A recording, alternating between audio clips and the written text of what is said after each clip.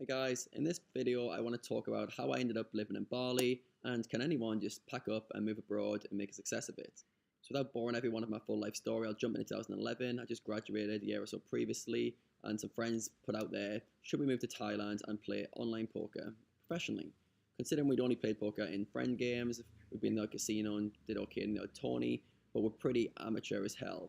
On top of that, I've got 0 pence. I mean, I've got £100 or something in the bank, something pathetic, and I've got like 3 grand of overdraft which are due. So there's a million reasons for me to just go, guys, that sounds ridiculous. No, I'm out. But one thing about my head was like, this sounds fun. Yeah, I'm in. And then so I just said yes to this with no idea how I'm going to get this money. A few months passed by, and my friends were like, "Oh, Adam, have you got that £1,000 for the rent for the villa in Thailand?" And I was like, surprise, surprise, no. So I went around, they goes, "Oh, we need it for this day." So I went around all the banks in Newcastle and I was like, shit, I've only maxed out on my overdrafts. How can I get a grand today? I want to go to Thailand, sounds fun. So I went around all the banks and they pretty much just went, no, no, no, no. Went to Lloyd's TSB and I managed to blag $1,000 based on me putting my income of my job that I didn't have into this bank. They gave me a grand, rang the boys up, got the money, we're good to go.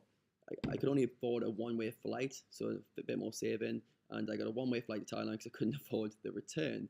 So this sounds like, okay, Adam, you're an idiot. Everything's going to go tits up and you're not going to be able to do this.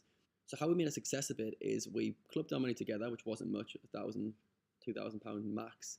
And we just put in work. We put in like 70, 80-hour weeks studying the hell out of this game. When people think, how did you make money playing poker? What's the con? What's the sort of strategy? The strategy is you grind your butt off day after day more than anybody else. You study more than anybody else and you just outwork them. So that's what we did, and we climbed our way up the rankings. We managed to make enough money to sustain ourselves financially over the first year, which allowed us to move from Thailand to Bali for the second year. And then from there, we just kept progressing, kept moving up. But this was like, so 5 years of poker, put in 70-hour weeks. This is what we did to not just sustain ourselves, but to create like that buffer of financial cash where we can invest in other things, or we can use that to create freedom. For myself, that 5 year stint allowed me to do what I'm doing now, live in Bali, and pursue my interest in coaching, teaching, health and fitness, and just trying to better myself and challenge other people to better themselves. But that opportunity only came about because I put in 5 years of graft onto something to provide income, sustain myself. So for other people who are looking to step out of the norm and to pursue other avenues, one, you've got to put the work in. Two, you've got to be resilient, because when you try stuff that's not got a set path, things are ropey. There's times where we could have quit. We almost went bust like 3 or 4 times. There's sketchy times where you just got to have confidence that you can get out of it, but also don't be unrealistic with it. Have a plan. Things aren't, when you're self-employed, it's on you. That you've got to be disciplined as hell. You've got to get out of bed every morning and put that work in. So being disciplined, putting in the work, are two of the factors that allow you to have the freedom to be self-employed. Once you've got that, you need regular income. Luckily, in this day and age, online, you can almost do anything you want. Can be creative enough to think of. You can have an occupation online. So almost anyone can work from a laptop if you've got a creative idea and you can plan it and get an income from it. Once you've got money coming in, you need to learn to live cheaply, because there's loads of roadblocks, there's loads of setbacks you're going to have when you're starting out something new. So yeah, you might make money to begin with, but then you have drops. So you need this buffer of cash where you can get yourself out of holes, or at least be able to weather the storm when things get bad.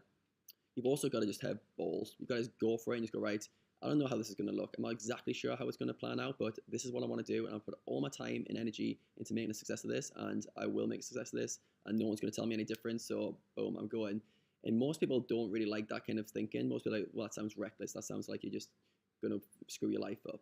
But in reality, that's not what happens. Even if like a failed venture, but you went traveling, you got to see the world, and things didn't go to exactly to plan. It's that disaster. You can always pick up where you left off when you go back. Now, this is not me advocating everyone to sack your jobs off and go create a job in Bali, create a job in Thailand. It's difficult. It's only for a certain type of person who's willing to have that self-discipline and who's got that passion to go for something. It's not as difficult as people think, but it probably takes a lot more work than people actually acknowledge. So yeah, my advice for people wanting to do something different with their life and wanting to get out there, travel, see the world, is you do need a source of income. You do need to either save up a lot of money, or you need to have an online occupation that can sustain your living. Once you're living abroad, you can live cheaply, and then you can figure out everything else. It's not about having like a master plan for like a 2 years, whatever. It's like, okay, can I sustain myself the first 2-3 months?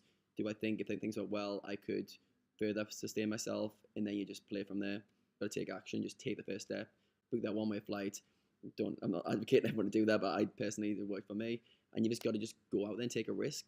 For those who would like to live abroad or do something different with their life, you've got to find a way to sustain yourself whilst living abroad. And then you've also got to trial it. You've got to give yourself 2, 3 month long holiday and just go, okay, was that what I thought it was? Because living somewhere and being on holiday somewhere are like different worlds.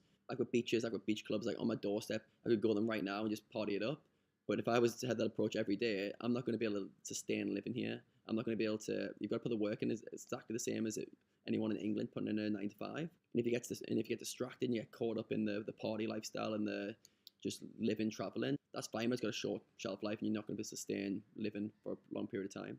So yeah, I think it comes down to hard work, self-discipline, resilience, and then having a plan where you can actually sustain yourself long term, and then you can just do what you want and live where you want, like me. Do it.